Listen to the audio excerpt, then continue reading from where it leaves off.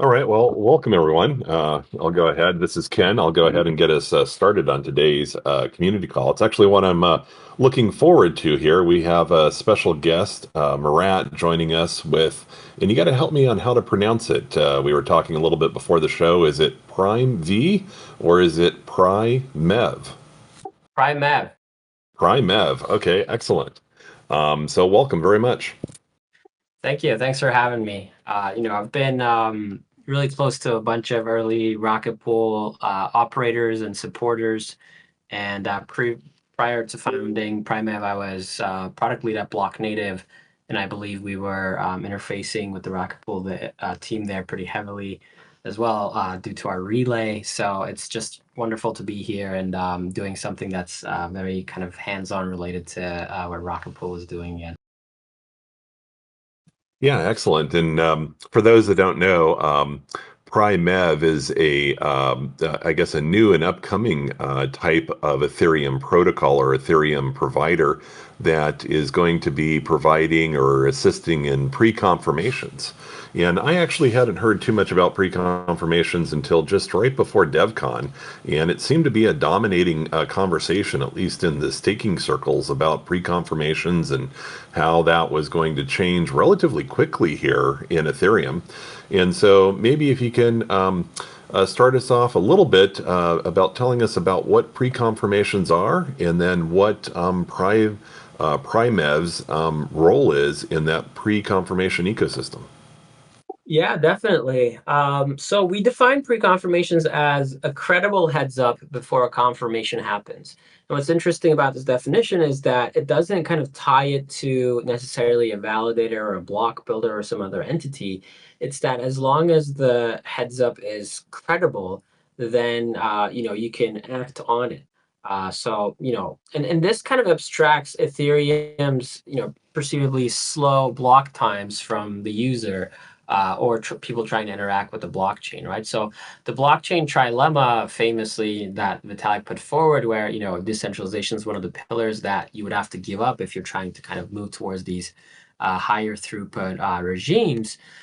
Can be abstracted entirely from the user so that we can kind of have a layer where pre-confirmations are done in as small as like 10 to 30 milliseconds, and we don't have to sacrifice from decentralizing the underlying network, which is Ethereum in this case. So yeah, the way we came about this was very, very early, and when the merge happened about 2 years ago now, and I was product lead at Block Native, running our block builder and relay. One of the top requests that I was getting was, "Hey, can we have guarantees that we're going to be in this next block that you're building?" And we built about 15% of blocks around that, which meant 85% of the time we could not give those guarantees, and neither could any other block builders. So I put forward this idea of, well, what if there was a network of these block builders and others that the network could give these guarantees and not necessarily them individually? And that resonated with a lot of people. And 2 years later, almost, we have this network now on mainnet. So it's a very exciting time. But yeah, I'm happy to dive into pre-confirmations more and more. Yeah, so let me see if I understand this. It took me a couple of times to wrap my head around it, and maybe I can just level set with you here to make certain I understand it. So, I guess individuals that are, I suppose, primarily using layer two networks, may want to receive a an assurance that their transaction went through or is going to be included on mainnet much faster than the 12-second block time that Ethereum runs on, right? And so the concept is that they can get from I guess we'll talk about it here from some provider a credible confirmation that yes, that confirmation is going to be included in the next block. Is that a correct assumption? So generally, yes, but we focus on L1 pre-confirmation. So strictly in this case, the user's trying to interact with Ethereum L1. Right. So what you described is closer to basically these based roll-up pre-confirmations, which stems from the fact that, hey, we want to sequence these rollups with the with the Ethereum sequencers, but the problem with that is a 12-second block time, which is kind of slow for rollups. So how do we kind of bridge that gap?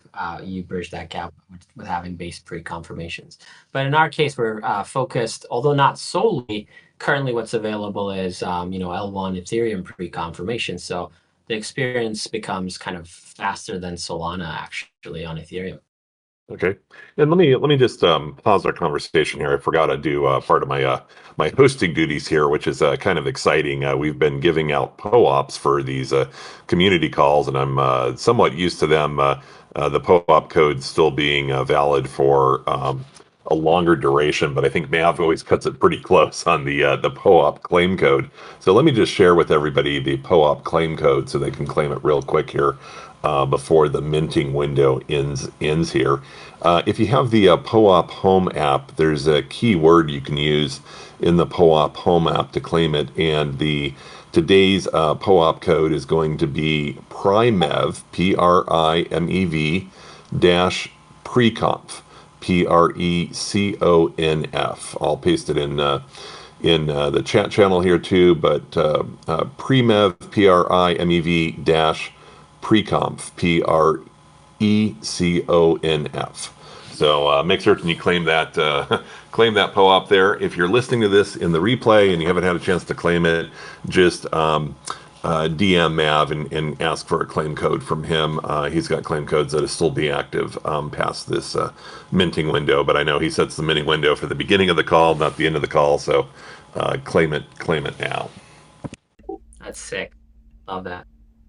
Yeah, thank you for letting me kind of interject there with that. And so it's getting that very fast now. Who provides it? I mean, the way that maybe I understood it, and perhaps I'm incorrect here, is that obviously Ethereum knows who the next block proposer is going to be, and right now most of I think our block proposers or our validators in Rocket Pool probably subscribe to a MEV relay, right? Or we participate in MEV Boost and we allow multiple MEV relays to bid as to who gets to actually build the block. How will it work in actually assigning someone to issue the pre-confirmations? How does this process actually work? Yeah, so there's a lot of debates, and a lot of folks have come up with models where you do assign it to someone, but in the MEV commit model, we don't. And that's partially because we piggyback off of MEV Boost, and MEV Boost is pretty well designed auction, and it's a leaderless auction, meaning everybody bids and there's no leader that gets to kind of build the block. You just bid, and if your bid is the highest and it gets picked, then you get to build the block. So it's in a similar sense where when you make a bid on the MEV commit network, let's say to pre-confirm your trade or other transaction, you receive commitments from all block builders on the network. So it's up to you as a sophisticated user to figure out well, do I have all of the commitments I need here? Do I need another one? Do I need to up my bid, etc.? Now, we also abstract this from the end user, so the end user doesn't have to deal with this. The network level is kind of infrastructure that sophisticated users deal with. But what's great about this is that it makes no opinions about who should be privy to this now pre-confirmation order flow, who gets to see it, who gets to price it, etc. We have no opinions about that. We say, hey, look, there's an existing set of PBS actors here, block builders, and people who deal with them, etc. And let's just enable them to do this. So we as Primev cannot see anything that's happening on the MEV commit network. It is end-to-end encrypted, such that any transactor is able to enter into these kind of high-frequency, real-time, and private deals with a set of block builders. And then I guess a couple of questions that were coming up is it sort of seemed that pre-confirmations were going to be rapidly adopted or rapidly available for inclusion on mainnet. And I think I saw a post by Justin Drake and some of the researchers that attended a pre-conference up in Chiang Mai ahead of DevCon where they actually produced some of the first blocks with pre-confirmation. So when is this coming? When do we as validators have to be paying attention to this? Yeah, great question. So MEV a validator registry is live on mainnet today. So that's pretty great. Now, we were also part of the initiative that Justin Drake and the kind of the pre-conf working group did there. It was kind of symbolic to basically mint an NFT about a batch of pre-confs on mainnet. So it was nice to have. But yeah, I mean, for MEV Commit, the validator registry is already live on mainnet, and over the next few weeks, relays, block builders, and some of the other actors will be standing up on mainnet for the network. So, and what's unique about MEV Commit is that it can do execution pre-confirmations, and I believe that's the only protocol that does it today. I haven't heard of any others, which means that you can get an actual pre-confirmation for your trade, and know that it's going to happen. Whereas with inclusion pre-confirmations that some of the other protocols are offering, you never have that guarantee. You have the guarantee of inclusion, but your transaction could always revert. So particularly if you're engaging in DeFi or some other kind of state contentious transaction, it's not too helpful because you actually want your transaction to go through and not just be in a block. And what does Primev do? Do you produce the software, the commitment, I guess it's not commitment boost, is it? Or maybe that's the name of the software. Yeah, we've built MEV and it is an encrypted peer-to-peer network with a chain. Essentially, all of these high-frequency activities can happen on this network in a private manner. So it has an encrypted mempool. When you either run a bidder or a provider node, we anticipate MEV searchers and solvers and other kind of transaction servicers to run bidder nodes, and block billers or L2 sequencers to run provider nodes. And for validators to essentially passively opt into this protocol by going to the validator dashboard and uploading their validator addresses, and either putting some stake or using a restake. And actually, part of the reason why we're here is to explore how we can use rETH as a kind of a staking collateral on our dashboard, so that rocket pool validators or node operators can join and have rETH be used in the ecosystem. Okay, yeah, maybe let's explore that a little bit more. And thank you for bringing that up. So I somewhat remember that. I guess if so many of the folks listening on the call are home operators, right? They're running rocket pool validators. We call them mini pools. Um, they have their client software, and so if they're going to participate in MEV commit, they need to kind of engage with one of these. I'll call them agents, but they're kind of like a relay, right? That is going to make those commitments on behalf of the proposer.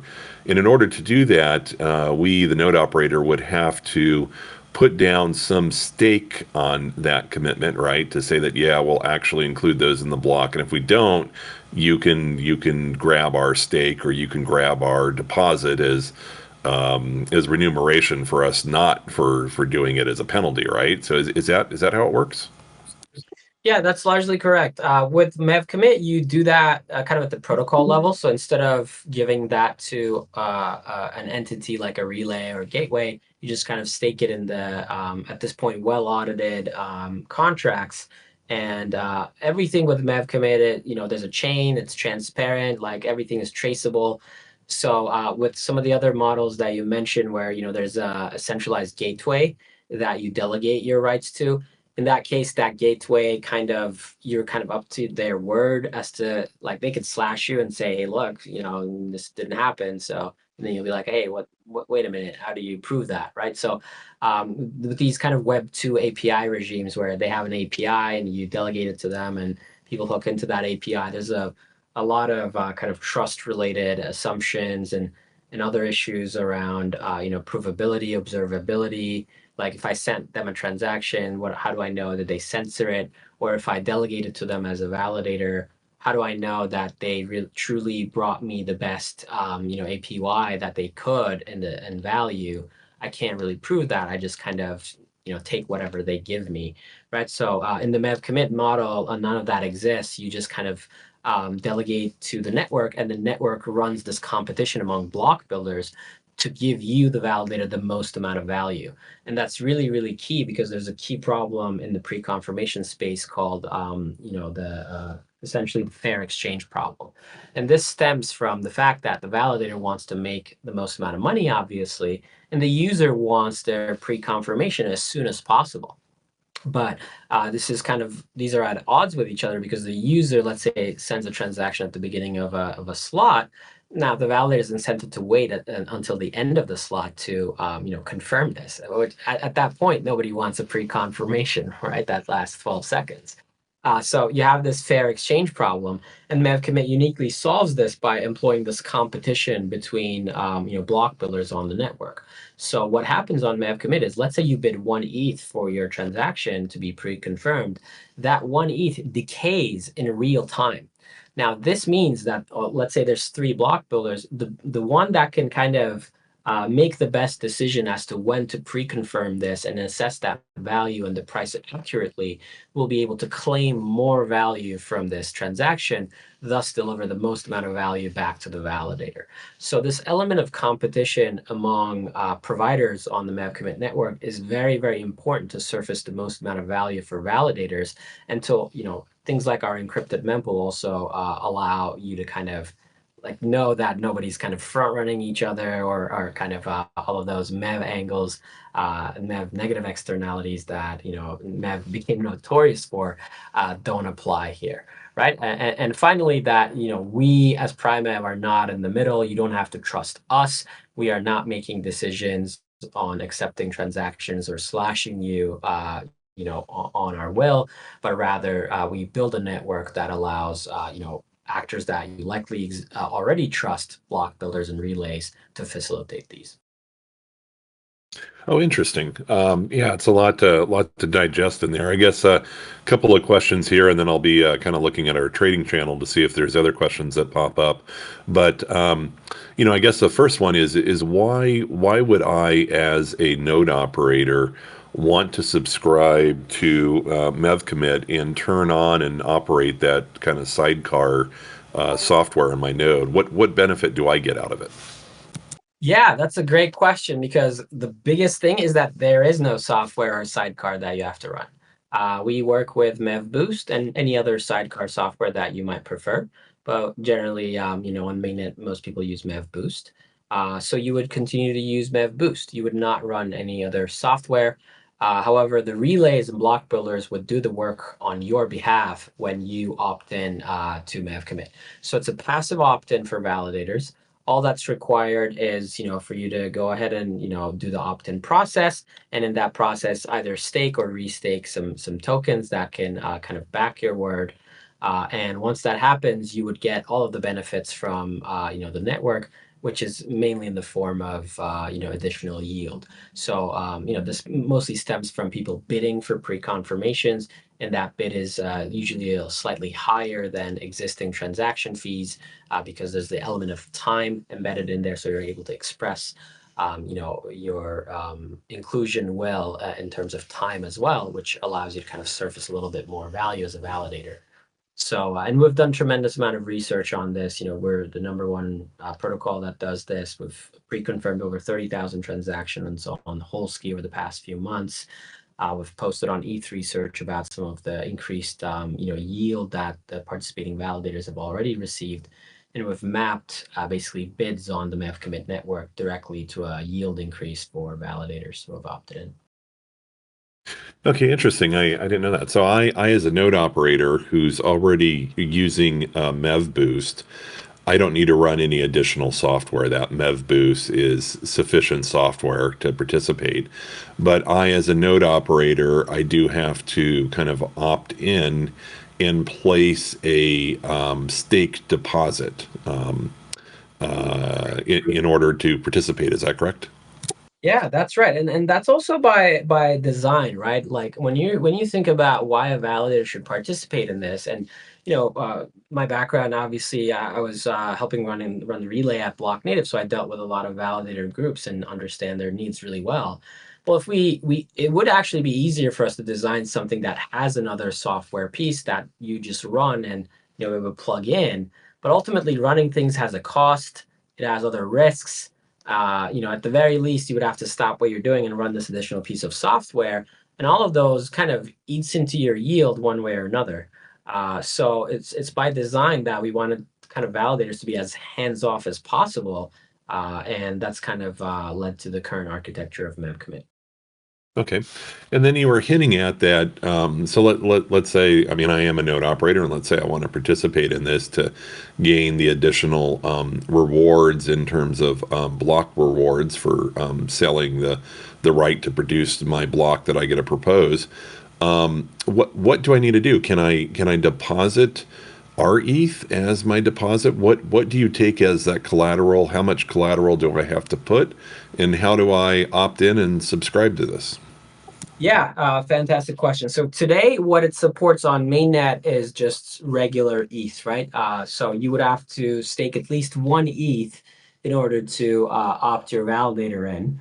But obviously, part of our initiative with Rocket Pool is to get a sense of how much appetite people have towards staking rETH there, and we could enable that very, very quickly. So we're definitely looking to do that. Some other ways to opt in are through EigenLayer and on Holsky Testnet Symbiotic, but I understand Rocket Pool doesn't kind of fully support them yet. Although there is a 50 or $60 million rETH pool on Symbiotic that I understand has been spun up by the community rather than any formal initiative. But yeah, we're looking to support opt-in by rETH in the coming months. So we're looking for kind of folks who are interested. Feel free to hit us up on Twitter or Telegram or Discord, wherever you prefer.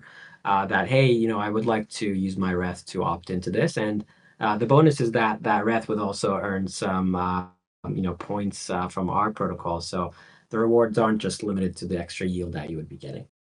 And are you looking for like individual node operators to reach out, or Rocket Pool has a couple of governance committees. One of those is the Grants and Management Committee. The other ones are Incentive Committee. Are you looking for some representative from our DAO to outreach and say, hey, we'd like to my sense is that we certainly would like to offer it as an option for our node operators. I can imagine why we wouldn't, especially since each node operator can decide, like they do already for MEV whether they want to participate or not participate.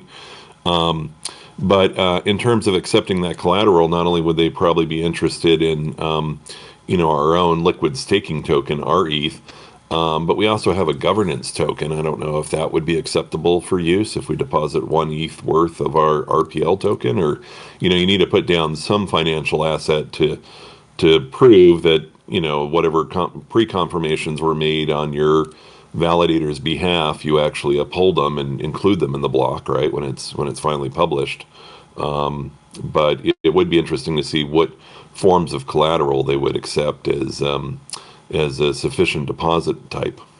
Yeah, that's again another great question and something we've been thinking about. Now, definitely we do want to enable that. The ease of enabling rETH is very, very low, because in terms of the price, it's at the end of the day anchored to ETH to some degree, so it's a little easier to kind of accept like one rETH and kind of count that as one ETH or equivalent. With RPL, what we'll have to do is add some sort of price feed into the contract, which obviously we can do, no problem. It'll just come a little after rETH. But in the meantime, what we can do is probably accept like a little over collateral when it comes to RPL, so that even without the price feed, we're able to accept it and kind of move forward. But yeah, generally very interested in hearing from the DAO representative on how we can kind of make this happen. And we as Primev are happy to kind of provide whatever support that we can as well, so that we can kind of move the Rocket Pool community forward and make all of this happen. So yeah, please reach out, and we'll continue to kind of reach out to the community as well, both through the forum, the Discord, and through Telegram. And then let me ask a couple other questions. I certainly encourage anyone listening on the call here, if you have questions, either unmute and come on and ask the question, or certainly post them in trading, and I'll do my best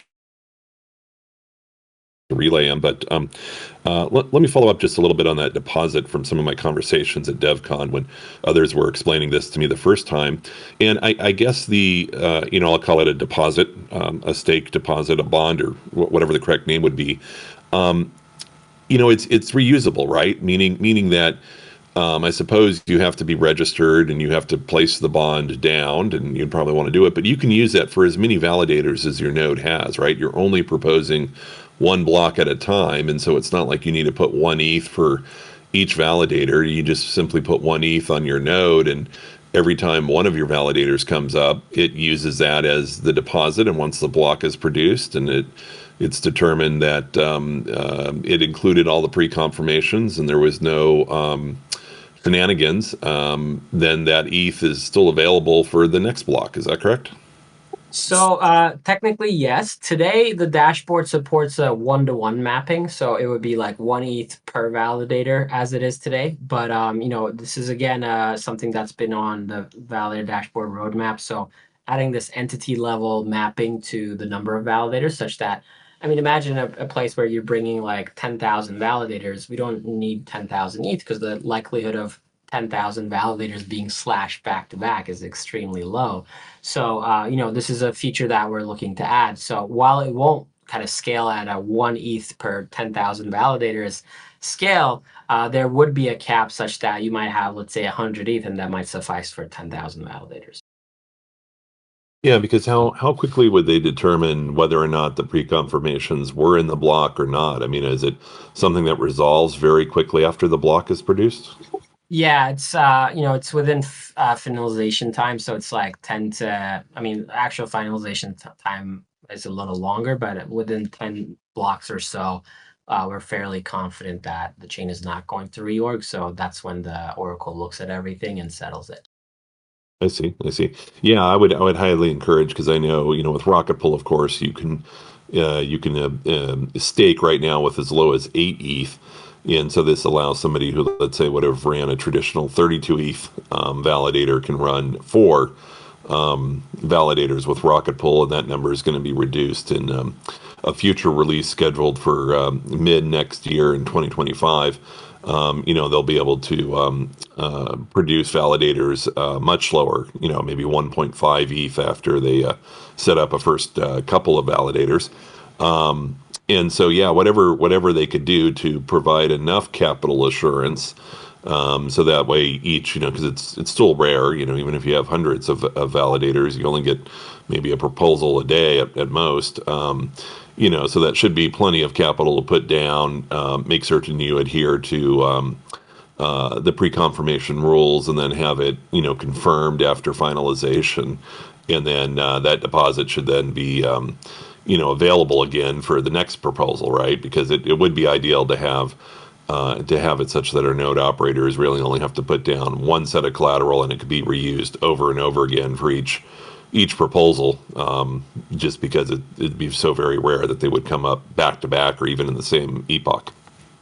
Yeah, we'll probably support all of these in order in the first few months of next year. So look forward to kind of continuing to be close in touch with the Rocket Pool community and enable these assets to be efficiently used in the pre-confirmation space.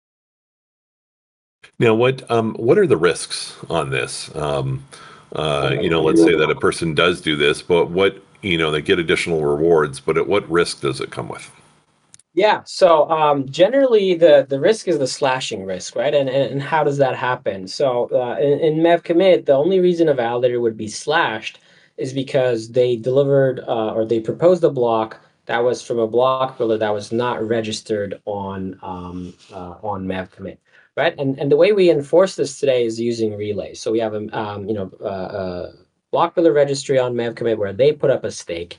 And relays look at this registry, and when it's an opted-in validator's turn to propose a block, they make sure that this registry is adhered to. So only block builders from that list who are slashable are able to deliver blocks, so that if they don't deliver the commitments, then they can be slashed, right? So if in that moment the proposer decides to build or propose a block that was from another block builder that is not on that list, then they would be slashed. So what we do here is, have proposers, validators in this case, use relays that support this. Now, today that is Titan and ASTIS relays. Very, very quickly, we anticipate all relays to support it, probably in January, the latest. So, we're talking to all of the relays. So, ideally, our goal is to have no validators experience any kind of disruption in the relays they use. But yeah, essentially, we employ relays to kind of make sure that this never happens. So that is the main risk for a validator.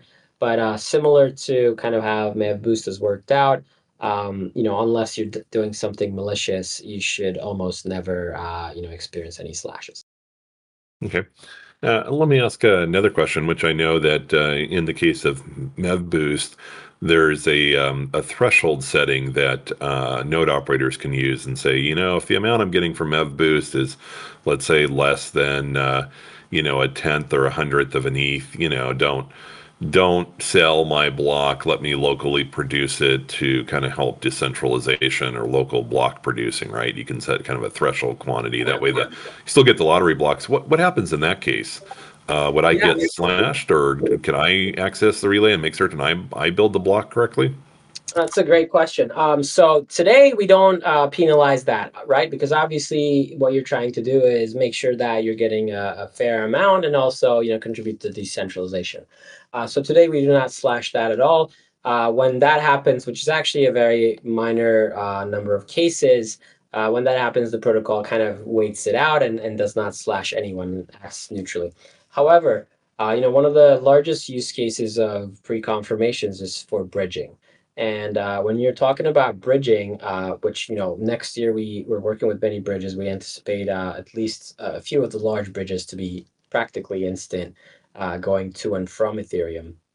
Um, but in that case, now the amount that is being, risked here for that bridge operator that relies on the pre-confirmations is not just the transaction fee amount, but the bridged amount, right? Because what they're doing is, let's say I'm bridging one ETH, they're going to unlock one ETH on some other chain, my destination chain.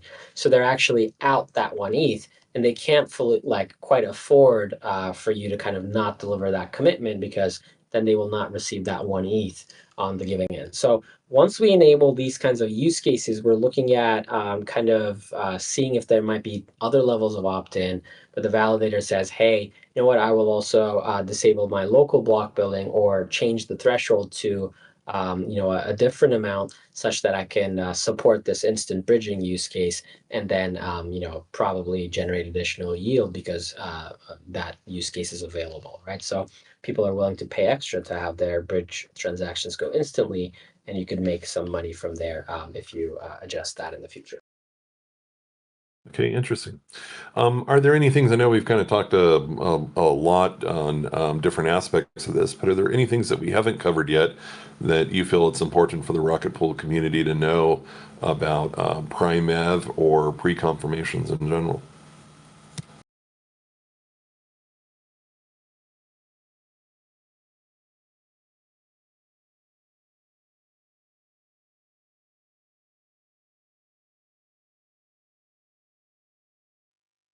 And I don't think I still hear you. Hopefully it's not on my end.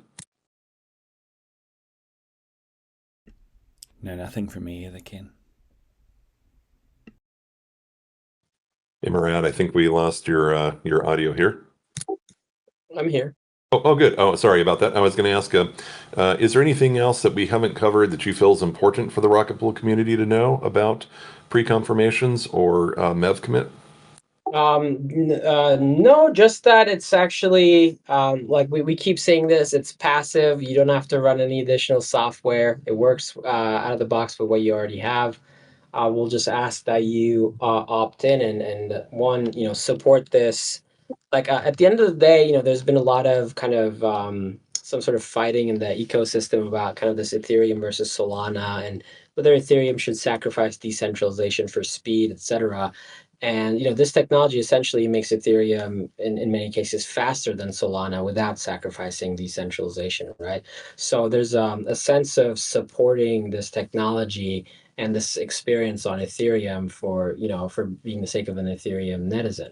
And on top of that, you get to get, additional yield on your validator. So why not, right? So I would encourage everybody to kind of, educate themselves and understand how they can support this new essentially paradigm for how transactions can be done on Ethereum, and hopefully we can both make Ethereum fast, but also achieve network welfare for every participant. So that's our main call to action. Yeah, it sounds like there's a lot of.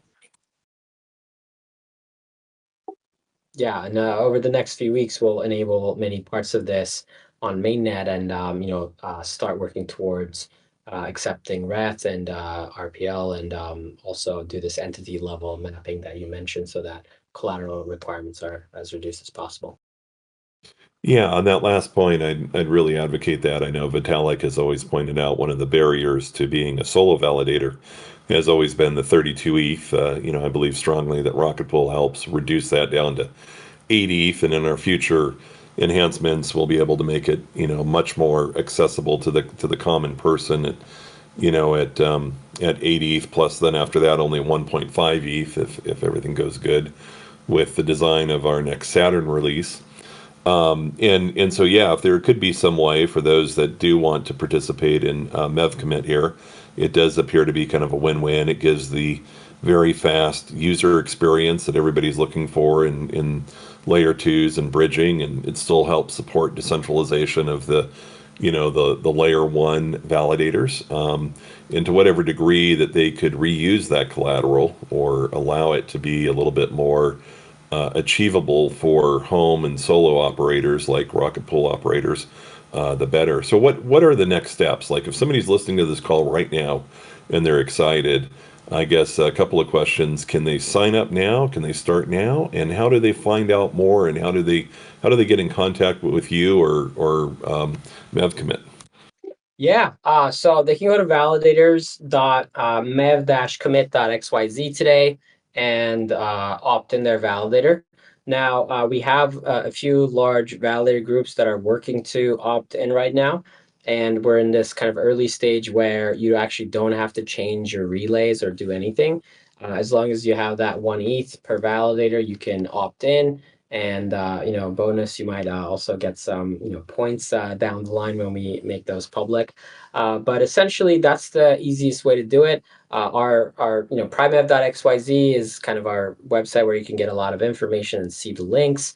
We have tremendous amount of research on mirror, and we just released a white paper this past week. So if you're that nerdy, you can always go deeper.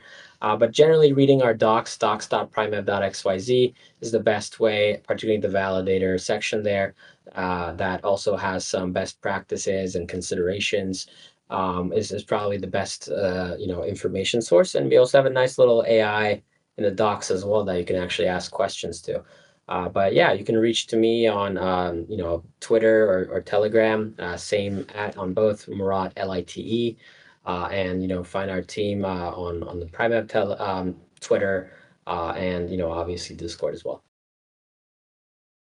Oh, excellent. Thank you very much, Marat, for spending the time and explaining this to us here. And yeah, it does sound something very interesting. And definitely it does seem to be that this is going to be a large part of the Ethereum validator experience, very, very similar to how MevBoost is somewhat ingrained almost as a a core protocol, even though it's just a sidecar.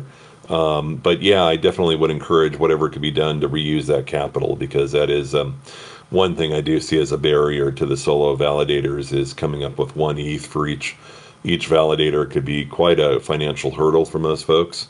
So the degree that they could just apply a deposit and have it reused, I would be very encouraging you to take a look at that to see if that could be a possibility, because that could really help a lot of solo validators and rocket pool node operators actually be able to afford to opt into this service.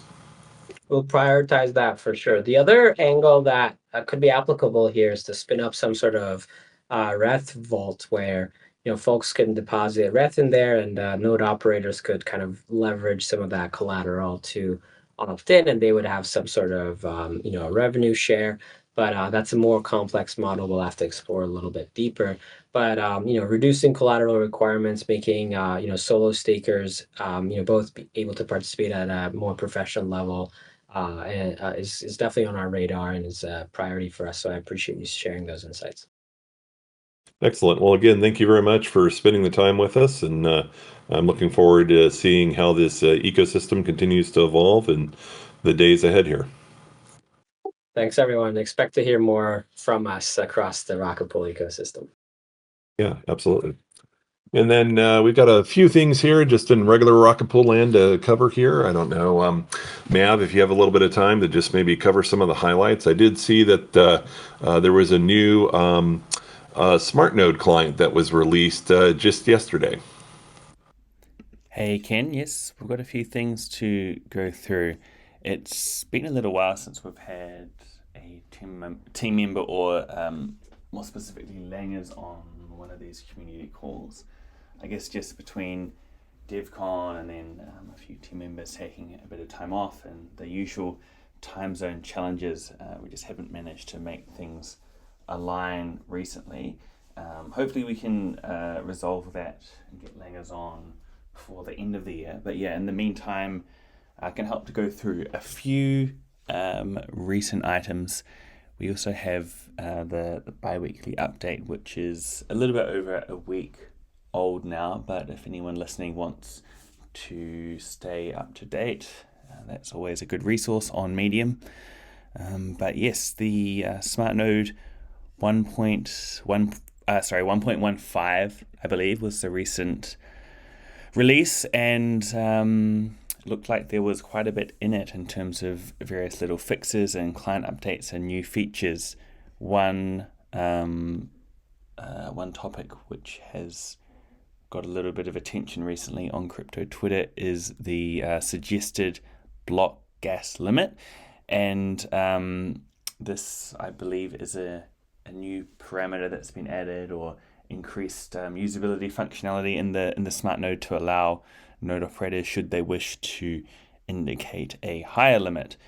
Of course, the full release is available in the announcement channel, and there's a link there to, I believe there is, the GitHub. So all node operators should head over there and get up to speed with the latest smart node version. Yeah, and I guess maybe I'll just comment on that on two things. The first thing's always kind of funny. I saw no sooner than Fornax had posted that out. I swear within the 30 minutes, I saw Nethermind had an update of their client, and I thought, oh man, the timing is just hilarious as usual.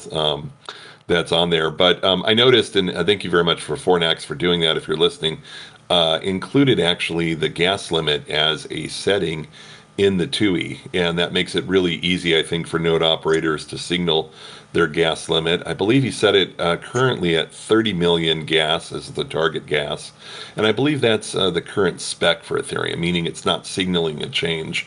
And as you said in crypto Twitter, a lot of people have been calling for or advocating that node operators signal for a higher gas limit. There's been a lot of discussion about for solo validators and their network connection, how much should they be signaling for? I think it was maybe Justin Drake. It was advocating for 60 million. Others were advocating for 45. But definitely, if you're a node operator, my personal bias is it's time to increase the gas limit or the target gas limit, and maybe do some research and find a number and signal a higher number. But definitely, if you're installing and updating the software, it's probably about time to signal a higher number than just the default 30 million gas.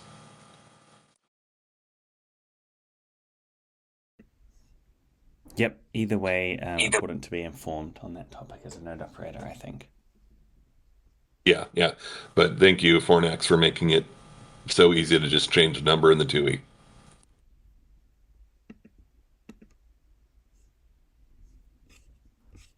What are some of the other topics, Mav, that we want to cover today?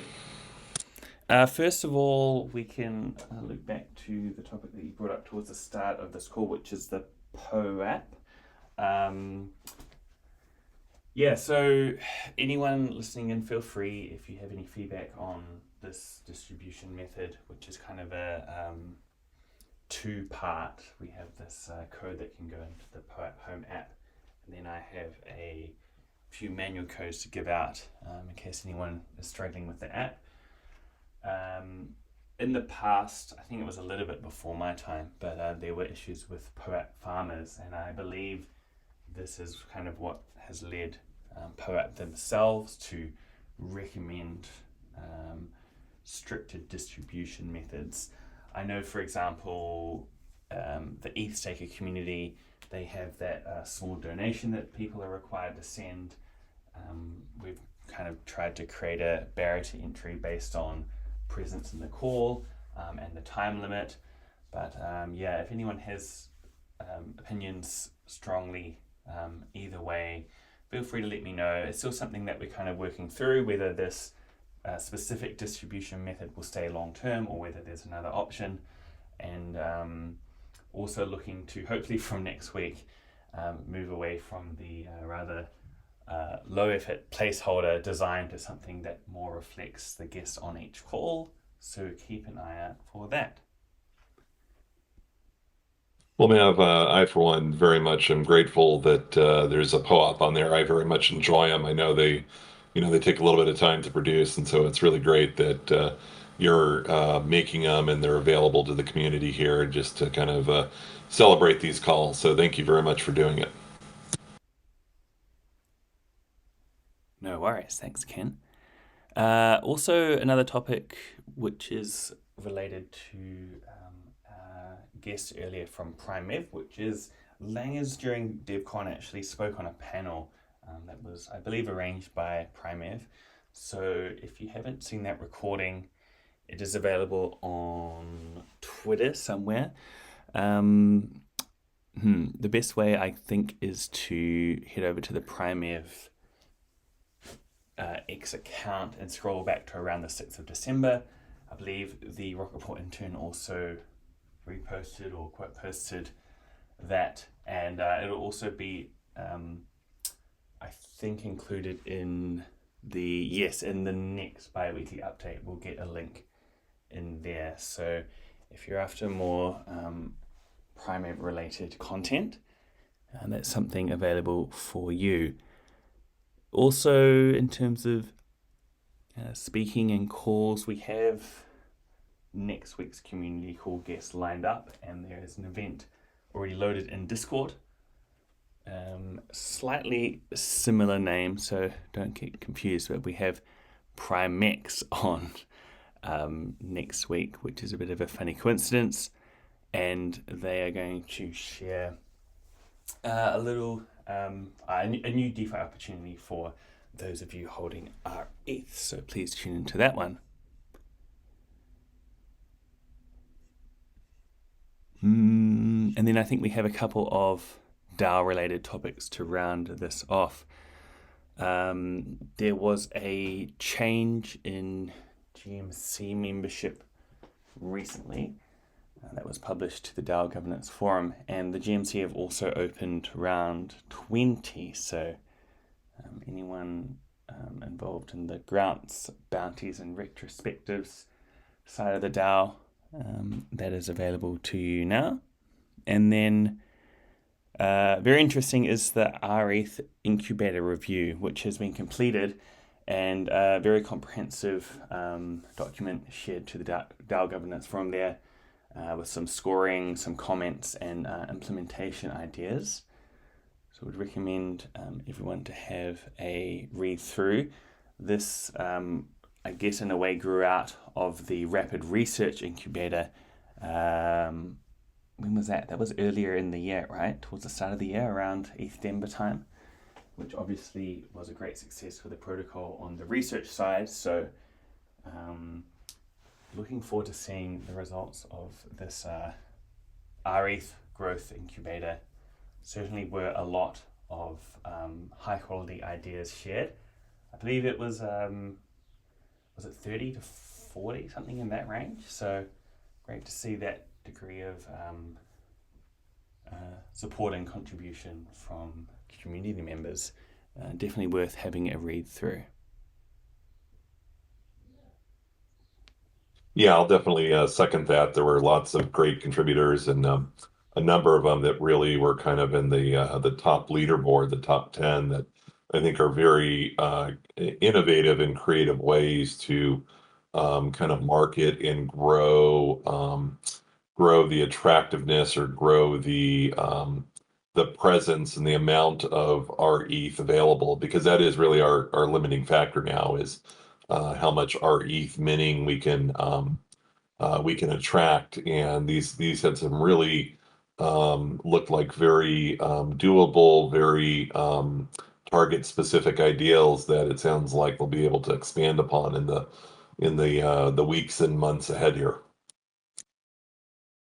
Yep, the pendulum, at least for now, has certainly swung solidly the other way to a surplus of rETH capacity. So, agree with you there, Ken.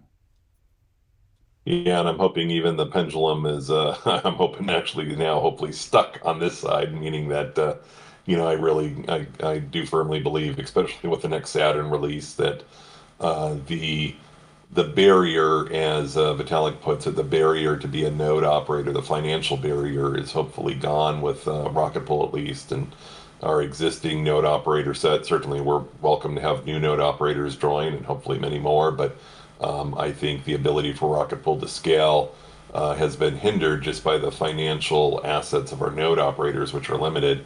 And certainly with the next Saturn 1, I think that barrier is going to be pretty much reduced and destroyed. So I really do see and believe that just our barrier is just maintaining the demand for our ETH, and that's really the limiting factor.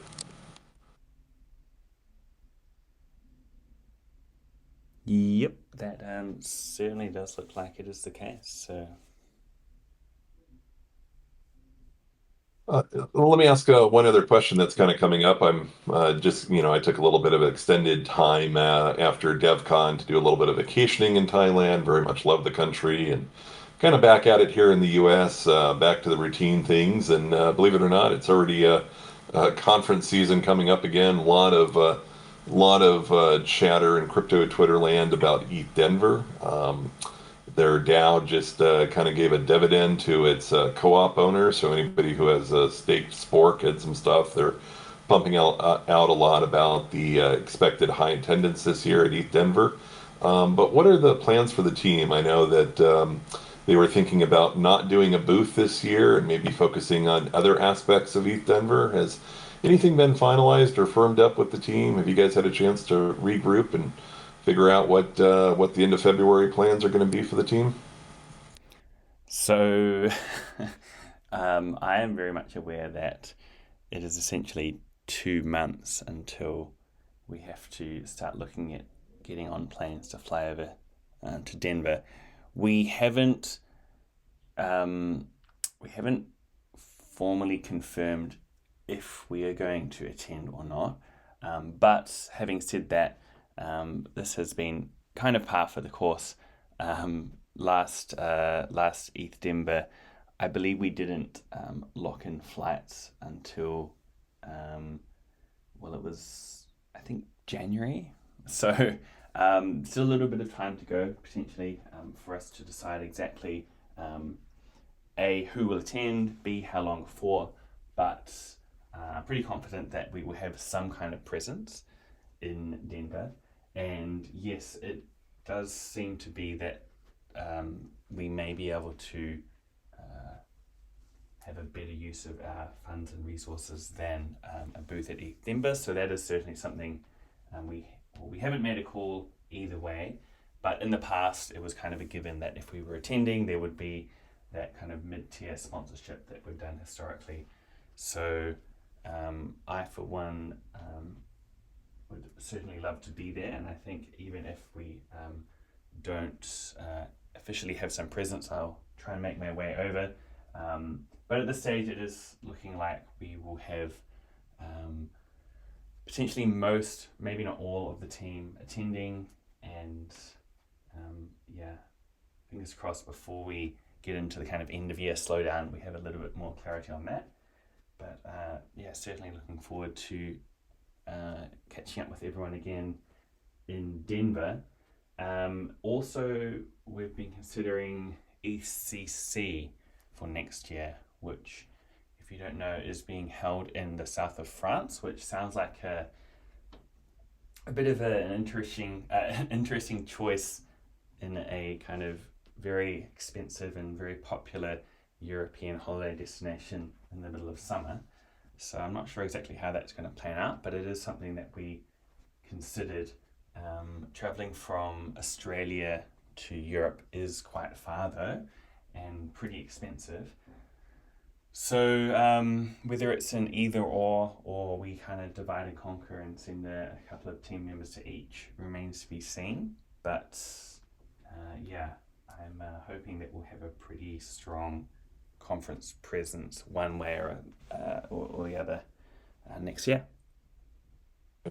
Yeah, well, definitely keep us informed about both. I know many of the European rocket pullers would very much love to see rocket pool dev team at ECC. I know it's there in Cannes, and it's going to be a pretty interesting one this year in July. And I thought coming back, oh, there's plenty of time for ETH Denver, but man, that thing is just like you said, 2 months away. And and at first I was like, oh, I think I'm conferenced out, but man, the FOMO is starting to set in. A lot of hype is building for it, and I'm thinking, oh, I can't miss this one. So, yeah, I know exactly exactly what you mean there, and yeah, but let us know because I know many of the folks in the community.